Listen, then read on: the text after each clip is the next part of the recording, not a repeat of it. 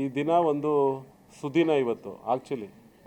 ಇವತ್ತು ನಮ್ಮ ಉತ್ತರ ಭಾರತೀಯರು ಏನಿವತ್ತು ಈ ನಮ್ಮ ರಾಜ್ಯದಲ್ಲಿ 48 ಲಕ್ಷಕ್ಕಿಂತ ಮೇಲ್ಪಟ್ಟು ಉತ್ತರ ಭಾರತೀಯರಿದ್ದಾರೆ. ಅದರಲ್ಲಿ ಈ ಒಂದು ಸಮಾಜಕ್ಕೆ, ಈ ಒಂದು ಕರ್ನಾಟಕಕ್ಕೆ ಮತ್ತು ಈ ಒಂದು ಬೆಂಗಳೂರಿಗೆ ಅವರಿಂದ ಕೊಡುಗೆನೇ ಬಿಟ್ಟರೆ ನಮ್ಮಿಂದ ಅವರೇನು ತೊಗೊಳಕ್ಕೆ ಬಂದಿಲ್ಲ. ಈ ಒಂದು ಕರ್ನಾಟಕದ ಬೆಂಗಳೂರಿನ ಅತಿ ದೊಡ್ಡ ಬೆಳವಣಿಗೆಯಲ್ಲಿ ಅವರ 60% ಪಾಲ್ದಾರರಿದ್ದಾರೆ.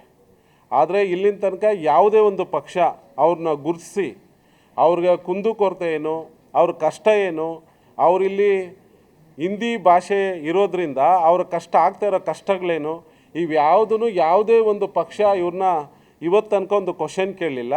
ಮತ್ತು ಇವ್ರಿಗೋಸ್ಕರ ಒಂದು ಅಭಿವೃದ್ಧಿ ನಿಗಮ ಮಾಡಲಿಲ್ಲ, ಒಂದು ಮಂತ್ರಿಗಿರಿ ಕೊಟ್ಟಿಲ್ಲ, ಒಂದು MLA ಸೀಟ್ ಕೊಟ್ಟಿಲ್ಲ. 48 ಲಕ್ಷ ಜನ ಇದ್ದರೂ ಇಲ್ಲಿ ಸುಮ್ಮನೆ ಓಟ್ಗೋಸ್ಕರ ಇವ್ರನ್ನ ಯೂಸ್ ಮಾಡ್ಕೊತಾರೆ. ಇದರಲ್ಲಿ ಎರಡು ವಿಂಗಡ ಆಗಿ ಮಾಡ್ತಾರೆ. ಒಂದರಲ್ಲಿ ಮುಸ್ಲಿಮ್ಸು ಡಿಫಾಲ್ಟು ಕಾಂಗ್ರೆಸ್ಗೆ ಓಟ್ ಬೀಳುತ್ತೆ, ಹಿಂದಿ ಭಾಷಿಕರು ಡಿಫಾಲ್ಟು ಬಂದು ನಮ್ಮ BJPಗೆ ಓಟ್ ಹಾಕ್ತಾರೆ ಅಂಥೇಳಿ ಇವ್ರಿಗೆ ಯಾವುದೇ ಒಂದು ಸ್ಥಾನಮಾನ ಕೊಟ್ಟಿಲ್ಲ. ಅದನ್ನೆಲ್ಲ ನಾವು ಗುರುತಿಸಿ ಇವತ್ತು ನಾವೇನು VIP ಪಕ್ಷ, ಈ ಉತ್ತರ ಭಾರತೀಯರು ಇಲ್ಲಿ ಅಬಲರಲ್ಲ, ಅವರು ಒಂಟಿಯಲ್ಲ, ಉತ್ತರ ಭಾರತೀಯರ ಜೊತೆ ನಮ್ಮ VIP ಪಕ್ಷ ಇದೆ ಅಂತ ತೋರಿಸ್ಲಿಕ್ಕೋಸ್ಕರ ಈ ಒಂದು ಸಣ್ಣ ಒಂದು ಕಾರ್ಯಕ್ರಮನ ಮಾಡಿ ಎಲ್ಲ ಸಮುದಾಯಗಳ, ಇದು ಉತ್ತರ ಭಾರತೀಯರ ಎಲ್ಲ ಸಮುದಾಯಗಳ ಎಲ್ಲ ಲೀಡರ್ಗಳನ್ನ, ಓಡಿಯಾ ಇರ್ಬೋದು, ನಮ್ಮ ಇವರಿರ್ಬೋದು, ಯಾರು ಗುಜರಾತೀಸ್ ಇರ್ಬೋದು, ಅಗರ್ವಾಲ್ಸ್ ಇರ್ಬೋದು, ಮತ್ತು ನಮ್ಮ ಬಿಹಾರದವ್ರು ಇರ್ಬೋದು, ಇವ್ರು ಯಾರಿಗೂ ಇಲ್ಲಿ ನಮ್ಮ ಕರ್ನಾಟಕದ ಅಭಿವೃದ್ಧಿಯಲ್ಲಿ 60% ಇವ್ರದ್ದು ಶೇರ್ ಇದೆ. ಯಾವುದೇ ಒಂದು ಮೆಟ್ರೋ ತಗೊಳ್ಳಿ, ಎಲ್ಲಿ ಉತ್ತರ ಭಾರತೀಯರು ಕೆಲಸ ಮಾಡಿಲ್ಲ ಅಂದರೆ ಆಗಲ್ಲ. ಹೋಟೆಲ್ಸ್ ತಗೊಳ್ಳಿ, ಉತ್ತರ ಭಾರತೀಯರು ಕೆಲಸ ಮಾಡಿಲ್ಲ ಅಂದರೆ ಆಗಲ್ಲ. GST ಇವರಷ್ಟು ನಾವು ಕಟ್ತಾ ಇಲ್ಲ. ಅದೇ ರೀತಿ ಟ್ಯಾಕ್ಸು ಇವರಷ್ಟು ನಾವು ಕಟ್ತಾ ಇಲ್ಲ. ಆದರೆ ಇವ್ರನ್ನ ಎಲ್ಲಿಟ್ಟಿದ್ದೀವಿ ಇವತ್ತು ನಾವು? ಯಾವುದೇ ಒಂದು ವಿಚಾರದಲ್ಲಿ ಇವ್ರನ್ನ ಎಲ್ಲ ಕಡೆ ಕಡೆಗಣಿಸಿದ್ದೀವಿ. ಯಾರೋ ಒಬ್ಬ ಆಟೋದವನು ಸಹ ಒಂದು 50 ರೂಪಾಯಿ ಆಗೋ ಹತ್ರ 100 ರೂಪಾಯಿ ಕೊಡು ಅಂತ ಕೇಳ್ತಾನೆ. ಯಾಕೆ ಅಂತ ಕೇಳಿದ್ರೆ ಸೇಟು ದೇರೆ ಇದ್ದಾರೆ, 50 ಆಗೋ ಹತ್ರ 100 ರೂಪೀಸ್ ಕೇಳ್ತಾನೆ. ಇವ್ರ ಹಿಂದೆ ಯಾರಿದ್ದಾರೆ? ಇವರೊಂದು ಮನೆ ಕಟ್ಟಬೇಕಂದ್ರೆ 30%, 1 ಕೋಟಿ ಹಾಕಿ ಮನೆ ಕಟ್ಟಬೇಕು ಅಂತ ಹೇಳಿದ್ರೆ 30 ಲಕ್ಷ MLA ಚೇಲಾಗಳಿಗೆ ಇನ್ನೊಬ್ರಿಗೆ ಕೊಟ್ಟು ಮಾಡ್ತಾ ಇದ್ದಾರೆ. ಮತ್ತು ಪೊಲೀಸ್ ಸ್ಟೇಷನಲ್ಲಿ ಇವ್ರಿಗೆ ಏನಾದರೂ ಒಂದು ಅನ್ಯಾಯ ಆಗಿದೆ ಅಂದರೆ ಪಾಪ ಭಾಷೆ ಬರಲ್ಲ ಇವ್ರಿಗೆ ಮಾತಾಡೋಕ್ಕೆ, ಕನ್ನಡ ಬರೆದಿರೋ ಒಂದೇ ಒಂದು ವೀಕ್ನೆಸ್ ತೊಗೊಂಡು ಎಲ್ಲರನ್ನೂ ಇವ್ರನ್ನ ಶೋಷಣೆ ಮಾಡ್ತಾರೆ. ಪೊಲೀಸ್ ಸ್ಟೇಷನ್ ಒಳಗಡೆಗೆ ಹೋದರೆ ಇವ್ರನ್ನೆಲ್ಲ ಸುಳ್ಕೊಂಡು ತಿಂದೆ ಹೊರಗಡೆ ಬಿಡ್ತಾರೆ. ಈ ಎಲ್ಲ ಧೋರಣೆಗಳನ್ನ ಈ ಒಂದು ಜನಕ್ಕೆ ನಾವಿದ್ದೀವಿ, ನಿಮ್ಮ ಹಿಂದೆ ನಾವಿದ್ದೀವಿ ಅಂತ ಹೇಳೋಕ್ಕೆ ಇವತ್ತು VIP ಪಾರ್ಟಿಗೆ ಅವ್ರನ್ನ ದೊಡ್ಡ ವೇದಿಕೆಯಲ್ಲಿ ಇವತ್ತು ಆಹ್ವಾನ ಮಾಡ್ತಾ ಇದ್ದೀವಿ ಸರ್. ಸರ್, ಇನ್ನೊಂದು, ಬಿಹಾರದಲ್ಲಿ ಈ ಪಾರ್ಟಿ ಸ್ಟ್ರಾಂಗ್ ಆಗಿದೆ, ಬಟ್ ಕರ್ನಾಟಕದಲ್ಲಿ ಈಗ ನಾವು ಹೇಳಿದಾಗೆ JDS ಆಗಿರ್ಬೋದು, BJP ಆಗಿರ್ಬೋದು, ಕಾಂಗ್ರೆಸ್ ಆಗಿರ್ಬೋದು ತುಂಬಾ ಸ್ಟ್ರಾಂಗ್ ಆಗಿದೆ. ಮುಖ್ಯವಾಗಿ ಲಿಂಗಾಯತರಾಗಿರ್ಬೋದು, ಒಕ್ಕಲಿಗರಾಗಿರ್ಬೋದು, ತುಂಬಾ ಮುಸ್ಲಿಂ ಸಮುದಾಯದವರಾಗಿರ್ಬೋದು, ಇಲ್ಲಿ ಅವರದೇ ಆದಂತಹ ಅಜೆಂಡಾ ಕ್ರಿಯೇಟ್ ಮಾಡಿದ್ದಾರೆ. ನೀವಿಲ್ಲಿ OBCಗೆ ಒಂದು ಉತ್ತಮ ಸ್ಥಾನಮಾನ ಕೊಡಬೇಕು ಅಂತಿದ್ರೆ ಎಷ್ಟು ಮಟ್ಟಿಗೆ ವರ್ಕೌಟ್ ಆಗುತ್ತೆ ಇದು? ಮೇಡಮ್, ನಾವು OBCಗೆ ಇವತ್ತು ಯಾವುದೇ ಪಕ್ಷ ತಗೊಳ್ಳಿ, OBCಯಲ್ಲಿ ಇವತ್ತು ಎಷ್ಟು ಜನ MLAಗಳಿದ್ದಾರೆ ನೀವು ಚೆಕ್ ಮಾಡ್ಕೊಂಡು ಬನ್ನಿ. OBCಯಲ್ಲಿ ಆವತ್ತಿದ್ದಂಥ ಒಂದು 30-40% ಅಷ್ಟು MLAಗಳು ಇರ್ತಾಯಿದ್ರು. ಇವತ್ತು 2-3% ಬಂದಿದೆ.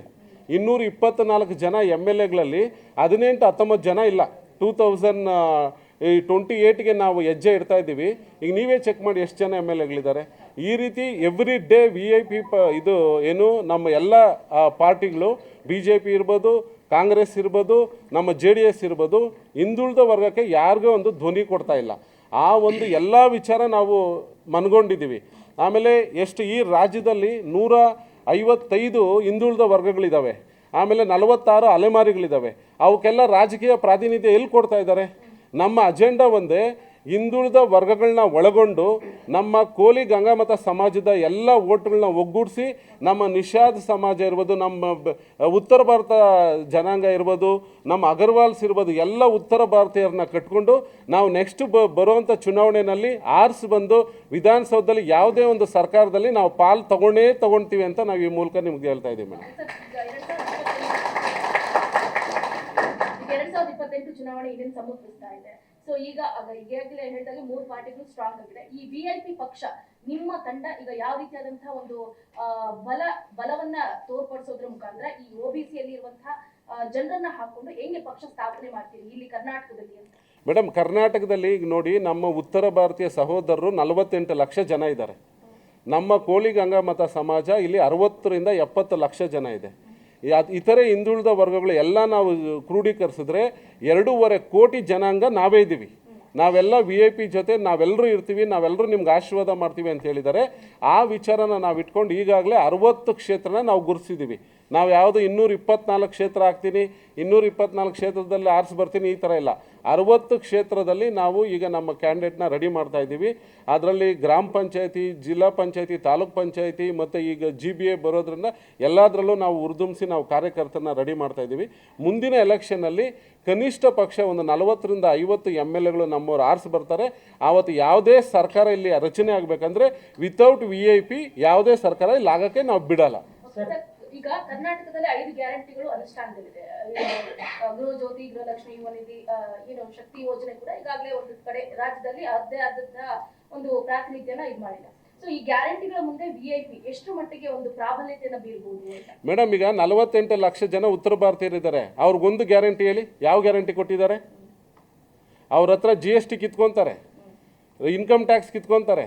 ಇವ್ರ ಹತ್ರ ಕರ್ಕೊಂಬಂದು ಇಲ್ಲಿ ಮೆಟ್ರೋಗಳ ಕೆಲಸ ಮಾಡಿಸ್ತಾರೆ. ದೊಡ್ಡ ದೊಡ್ಡ ಕಟ್ಟಡಗಳು ಕಟ್ಟಕ್ಕೆ ಇವ್ರು ಬೇಕು. ಯಾವುದರಲ್ಲಿ ಯಾವ ಗ್ಯಾರಂಟಿ, ಒಂದು ಗ್ಯಾರಂಟಿ ಇವರು ಕೊಟ್ಟಿದ್ದಾರೆ? ಅದೇ ರೀತಿ ನಮ್ಮ ಸಮಾಜಗಳು, ಅತಿ ಹಿಂದುಳಿದ ವರ್ಗಗಳ ಸಮಾಜಗಳಿಗೆ ಯಾವ ಗ್ಯಾರಂಟಿ ಕರೆಕ್ಟಾಗಿ ಸಿಗ್ತಾ ಇದೆ? ಯಾವತ್ತೋ 2000 ಬಂದರೆ ಇನ್ನೊಂದು 5 ತಿಂಗಳು 6 ತಿಂಗಳು ಹಬ್ಬದ ಮುಂಚೆ 2000 ಬಂದಂಗೆ ಇನ್ನೊಂದು ಸತಿ ಹಾಕ್ತಾರೆ. ಯಾವ ಗ್ಯಾರಂಟಿ ಇಲ್ಲಿ ನಡ್ಸ್ಕೊಂಡು ಹೋಗಿದ್ದಾರೆ? ಮೇಡಮ್, ಜನಕ್ಕೆ ಇವತ್ತು ಎಲ್ಲರಿಗೂ 500 ರೂಪಾಯಿಂದ 1000 ರೂಪಾಯಿ ದುಡಿಯೋ ಶಕ್ತಿ ಇದೆ. ಇವ್ರ ಗ್ಯಾರಂಟಿನ ಯಾರೂ ಕೇಳಲಿಲ್ಲ. ಸಾಮಾನ್ಯ ಜನರು ತಮ್ಮ ಜೀವನನ ಆರಾಮಾಗಿ ಮಾಡಲಿಕ್ಕೆ ಇವರು ಸಹಕಾರ ಮಾಡಿಕೊಟ್ರೆ ಸಾಕು, ಅದೇ ದೊಡ್ಡ ಗ್ಯಾರಂಟಿ. ಇವು ಉತ್ತರ ಭಾರತೀಯರು ಹಿಡಿದು ನಮ್ಮ ಎಲ್ಲ ಹಿಂದುಳಿದ ವರ್ಗಗಳ ಸಮಾಜಗಳಿಗೆ ನಾವು ಅದನ್ನೇ ನಾವು ಆಶ್ವಾಸನೆ ಕೊಡ್ತಾ ಇದ್ದೀವಿ. ನೀವೆಲ್ಲರ ಮುಂದೆ ತಲೆ ಎತ್ತಿ ಜೀವನ ಮಾಡೋ ರೀತಿ ನಿಮ್ಮ ಹಿಂದೆ ನಾವು ಇರ್ತೀವಿ ಅಂಥೇಳಿ VIP ಪಾರ್ಟಿಯ ಒಂದೇ ಗ್ಯಾರಂಟಿಯಿಂದ ನಾವು ಆರಿಸಿ ಬರ್ತೀವಿ. ಸರ್, ಈಗ VIP ಪಾರ್ಟಿ ಟಾರ್ಗೆಟ್ ಒಂದು ನಾರ್ತ್ ಇಂಡಿಯನ್ಸ್, ಸ್ಪೆಷಲಿ ಕರ್ನಾಟಕದಲ್ಲಿ. ಆದರೆ ನೀವು ಹೇಳಿದ್ರಿ ಅವರು ಟ್ಯಾಕ್ಸ್ ಕಟ್ತಾರೆ, ಎಲ್ಲ ಕಟ್ತಾರೆ ಅಂತ. ಬಟ್ ಯಾವುದೋ ಒಂದು ಪಾರ್ಟಿ ಆಗಲಿ ಒಕ್ಕೂಟ ವ್ಯವಸ್ಥೆಯಲ್ಲಿ ಸ್ಥಳೀಯ ಭಾಷೆ, ಸ್ಥಳೀಯ ಎಲ್ಲ ಕಲ್ಚರ್ನ ಕೈಗೂಡಿಸಬೇಕು. ಸೊ ಇಲ್ಲಿ ಅದಾಗ್ತಲ್ಲ. ಇತ್ತೀಚೆಗೆ SIR ಅಲ್ಲೇ ಅವರು ತಮ್ಮದೇ ಆದ ವೋಟರ್ನ ಇಲ್ಲಿ ಮಾಡಿಸ್ತಾ ಇಲ್ಲ. ಎಷ್ಟೋ ಕಂಪ್ಲೇಂಟ್ಗಳು ಬಂದಿದೆ.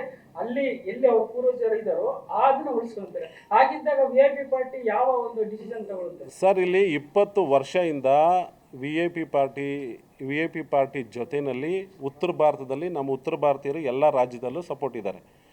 ನಾವು ನಿಶಾದ್ ಸಮಾಜ, ಎಲ್ಲೆಲ್ಲಿ ನೀರಿದೆ ಅಲ್ಲೆಲ್ಲ ನಾವಿದ್ದೀವಿ. ನಾವು ಇಡೀ ಇಂಡಿಯಾದಲ್ಲಿ 23 ಕೋಟಿ ಜನಾಂಗ ಇದ್ದೀವಿ ನಮ್ಮ ಸಮಾಜ.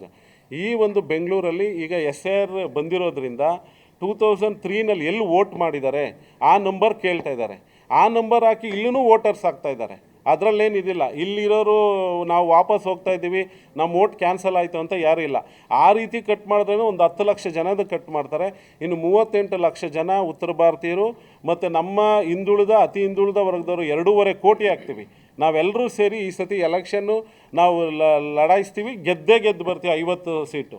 ಸರ್, ಇದಕ್ಕೆ ಸಂಬಂಧಪಟ್ಟಂತೆ ನೀವೇನಾದ್ರೂ ಮುಖ್ಯವಾಗಿ ಬಹುದೊಡ್ಡ ಸಮಾರಂಭ ಅಥವಾ ಕಾರ್ಯಕ್ರಮಗಳನ್ನ ಮಾಡೋದ್ರ ಮುಖಾಂತರ ಈ VIP ಅನ್ನುವಂಥ ಪಕ್ಷವನ್ನ ಎಲ್ಲರ ಮುಂದೆ ಬಹಿರಂಗಪಡಿಸ್ತಾರ ಹೇಗೆ? ಮೇಡಮ್, ಇನ್ನು ಕೆಲವೇ ದಿನಗಳಲ್ಲಿ ನವೆಂಬರ್ ತಿಂಗಳಲ್ಲಿ ನಾವೊಂದು ದೊಡ್ಡ ಕಾರ್ಯಕ್ರಮನ ಗುಲ್ಬರ್ಗ ಮತ್ತು ನಾವು ಬೆಂಗಳೂರಿನಲ್ಲಿ ಹಮ್ಮಿಕೊಳ್ಳಿಕ್ಕೆಲ್ಲ ಪ್ಲ್ಯಾನ್ ಮಾಡಿದ್ದೀವಿ. ಆ ದಿವಸ ಇಡೀ ಕರ್ನಾಟಕ ಸರ್ಕಾರಗಳು ಎಲ್ಲ ಪಕ್ಷಗಳು ತಿರುಗು ನೋಡೋ ರೀತಿ ಒಂದು ದೊಡ್ಡ ಕಾರ್ಯಕ್ರಮ ಆಗುತ್ತೆ. ಆವತ್ತು ಇಡೀ ರಾಜ್ಯ, ಈಗ ನಾವಿನ್ನೂ ಈ ಕರ್ನಾಟಕದಲ್ಲಿ 2 ತಿಂಗಳಾಗಿದೆ ನಾವು VIP ಬಂದು. ಈಗ ನಾವು ಎಲ್ಲ ಸಂಘಟನೆಗಳ ಬಲಪಡಿಸ್ತಾ ಇದ್ದೀವಿ, ಎಲ್ಲ ಜಿಲ್ಲಾಧ್ಯಕ್ಷಗಳನ್ನ ಆಯ್ಕೆ ಮಾಡ್ತಾ ಇದ್ದೀವಿ. ಎಲ್ಲ ನಮ್ಮ ಸಂಘಟನೆಗಳ ಅಧ್ಯಕ್ಷಗಳ ಆಯ್ಕೆ ಆದಮೇಲೆ ನಾವು ಆ ಒಂದು ಕಾರ್ಯಕ್ರಮನ ಹಮ್ಮಿಕೊಳ್ತಾ ಇದ್ದೀವಿ ಮೇಡಮ್. ಕೊನೆಯದಾಗಿ ಈ ಕಾರ್ಯಕ್ರಮದ ಮುಖಾಂತರ ನಿಮ್ಮ ಕಾರ್ಯಕರ್ತರಿಗೆ ಯಾವ ರೀತಿಯಾದಂಥ ಕರೆಯನ್ನು ಕೊಡ್ತೀರಾ ನಿಮ್ಮ ಪಕ್ಷಕ್ಕೆ ಸೇರ್ಪಡೆ ಆಗೋದಕ್ಕೆ? ಮೇಡಮ್, ನಮ್ಮ ಪಕ್ಷಕ್ಕೆ ಸೇರ್ಪಡೆ ಆಗಲಿಕ್ಕೆ ನಾವು ಉತ್ತರ ಭಾರತೀಯದವ್ರಿಗೆ ಒಂದೇ ಮಾತು ಹೇಳ್ತಾ ಇದ್ದೀನಿ, ಇಲ್ಲಿ ನೀವು ಒಂಟಿ ಅಲ್ಲ. VIP with you, with all north Indians, ಆ ಒಂದು ಕರೆಯನ್ನು ಕೊಡ್ತಾ ಇದ್ದೀವಿ. ಅದೇ ರೀತಿಯಾಗಿ ಅತಿ ಹಿಂದುಳಿದ ಎಲ್ಲ ಒಂದು ವರ್ಗಗಳ ಧ್ವನಿಯಾಗಿ VIP ಪಕ್ಷ ಹೊರಹೊಮ್ಮುತ್ತೆ. ಸರ್, ಈಗ ಕರ್ನಾಟಕದಲ್ಲಿ 3 ಪಾರ್ಟಿಯಿಂದ ಅಂದ್ರೆ ಹೊರಗುಳಿದವರು, ಆ ಪಾರ್ಟಿಯಲ್ಲಿ ಗುರುತಿಸ್ಕೊಳ್ಳೋದವರು, ಪಾರ್ಟಿಯನ್ನು ನೋಡಿದವರು VIP-ಗೆ ಈ ರೀತಿಯ ಮುಂಚೆಲ್ಲೇ ಆಹ್ವಾನ ಇದೆ. ಆ ರೀತಿ ನೀವು ಯಾರಿಗಾದ್ರು ಕರೆ ಕೊಡ್ತೀರಾ? ಇಲ್ಲಿಯ ಸ್ಥಳೀಯ ರಾಜಕೀಯ ಮುಖಂಡರಿಗೆ ಪಕ್ಷ ಸೇರ್ಪಡೆ ಬಗ್ಗೆ? ಸರ್ ಈಗ ನಮ್ಮ ಸಮಾಜದಲ್ಲಿರುವಂಥ ಬೇರೆ ಬೇರೆ ಪಕ್ಷದಲ್ಲಿರುವಂಥ ಎಲ್ಲ ನಾಯಕರೂ ಆ ಪಕ್ಷಕ್ಕೆ ರಾಜೀನಾಮೆ ಕೊಟ್ಟು, ಕಾರ್ಯಕರ್ತರು ರಾಜೀನಾಮೆ ಕೊಟ್ಟು VIP ಪಕ್ಷಕ್ಕೆ ಬರಬೇಕು. ಜೊತೆಯಲ್ಲಿ ಇವತ್ತು ಏನು ಬರೀ ಓಟ್ಗಾಗಿ ಎಲ್ಲ ಹಿಂದುಳಿದ ವರ್ಗಗಳನ್ನ ಯೂಸ್ ಮಾಡ್ಕೊತಾ ಇದ್ದಾರೆ. ಎಲ್ಲರೂ ಅಲ್ಲಲ್ಲಿ ದುಡಿದಿದ್ದೀರಿ, ಎಷ್ಟು ಜನ MLAಗಳಾಗಿದ್ದೀರಿ, ಎಷ್ಟು ಜನ ಕಾರ್ಯಕರ್ತರಿದ್ದೀರಿ, ಎಲ್ಲ ನಿಮ್ಮ ಕೈಯಲ್ಲಿ ಬಾವುಟ ಕಟ್ಟಿಸ್ತಾರೆ, ನಿಮ್ಗೆ ಅಧಿಕಾರ ಕೊಡಲಿಕ್ಕೆ ಒಳಗಡೆ ಬಿಟ್ಕೊಳಲ್ಲ. ಈ ಎಲ್ಲ ಧೋರಣೆಗಳು ನೀವು ನೋಡಿದ್ದೀರಿ. ಅದನ್ನು ನಾವಿವತ್ತು VIP ಪಾರ್ಟಿಯಿಂದ ಹೇಳೋದು ಬೇಡ. ನಿಮ್ಗೆಲ್ಲ ಅಧಿಕಾರ ಸಿಕ್ಕಿಲ್ಲ, ಏನೂ ಆಗಿಲ್ಲ. ಇವತ್ತು ನೀವು VIPಗೆ ಬನ್ನಿ, ನಮ್ಮ ಅಧಿಕಾರ, ನಮ್ಮ ಓಟು ನಾವು ಹಾಕ್ಕೊಳ್ಳೋಣ, ನಮ್ಮ ಅಧಿಕಾರ ನಾವು ತಗೊಳ್ಳೋಣ, ಆಳೋ ಜಾಗದಲ್ಲಿ ನಾವು ಕೂರೋಣ ಅಂಥೇಳಿ ನಾನು ನಮ್ಮ ಸಮಾಜಕ್ಕೆ ಮತ್ತು ನಮ್ಮ ಜನಗಳಿಗೆ ನಾನು ಈ ಒಂದು ಸ್ಲೋಗನ್ ಕೊಡ್ತಾ ಇದ್ದೀನಿ ಸರ್. ವೆಲ್ಕಮ್.